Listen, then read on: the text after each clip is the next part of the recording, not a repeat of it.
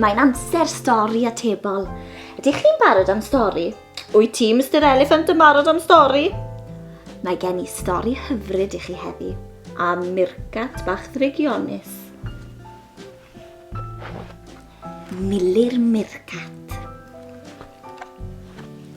Roedd Mircat ifanc o'r enw Mili yn eistedd ar ben y twyni tywod. Ei thro hi oedd i warchod y pentref, ond roedd y gwaith yn hir ac yn ddiflas.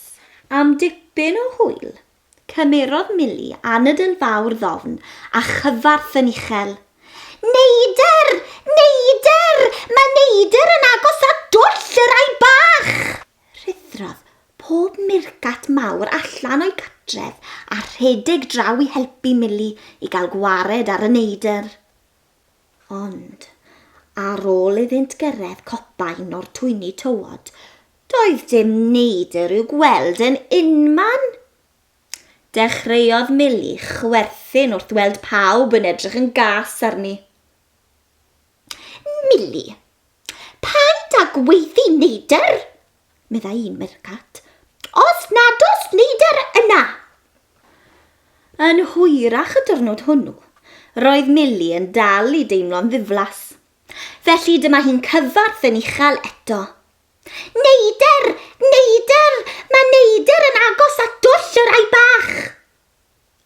Dechreuodd Mili'n wenu'n drygionus wrth weld y Mircats mawr yn rhedeg unwaith eto at un o'r twyni tywod, mwyn ei helpu gael gwared ar y neidr. Ond ar ôl cyrraedd copain o'r twyni tywod, doedd dim neidr i'w gweld yn unman. Unwaith eto, dechreuodd Mili chwerthin wrth weld pa mor gas roedd pawb yn edrych arni.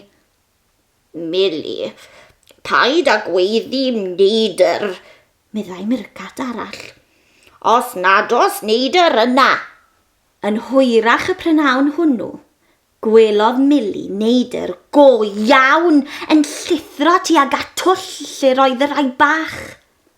Neidiodd Mili ar ei thraed mewn ofn gan gyfarth mor uchel ac y gallai. Neidr! Neidr! Mae neidr yn dod at dwll yr ai bach! Ond roedd pob Mircat mawr yn meddwl mai tric arall gan Mili oedd hwn, felly dyma nhw'n penderfynu peidio mynd allan i'w helpu. Wrth iddi dywyllu, dechreuodd pawb feddwl pam nad oedd Mili wedi dod i cael ei swper.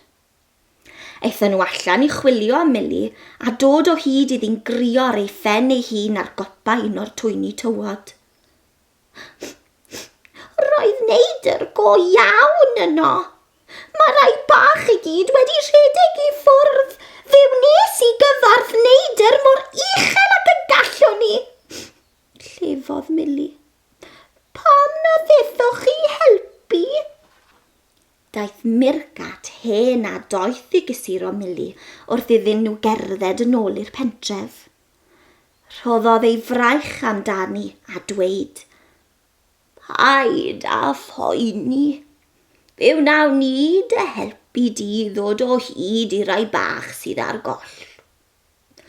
Ond rwy ti wedi dysgu gwers bwysig iawn heddiw, Mili. Does neb yn credu pobl sy'n dweud celwydd o hyd. Hyd yn oed pan fydden nhw'n dweud y gwir. Aeth pob un Mircat o'r pentre i helpu Mili chwilio am yr ai bach.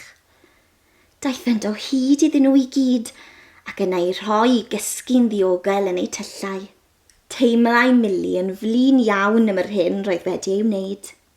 Fe wnaeth hi addo na fyddai byth yn dweud celwyddau wrth ei theulu na'i ffrindiau eto. O'n i'n hoffi'r stori yna. Dwi byth yn mynd i dweud celwyddau. A dwi'n credu bod Mili'r Mircat wedi dysgu ei gwers. Hwyl fawr!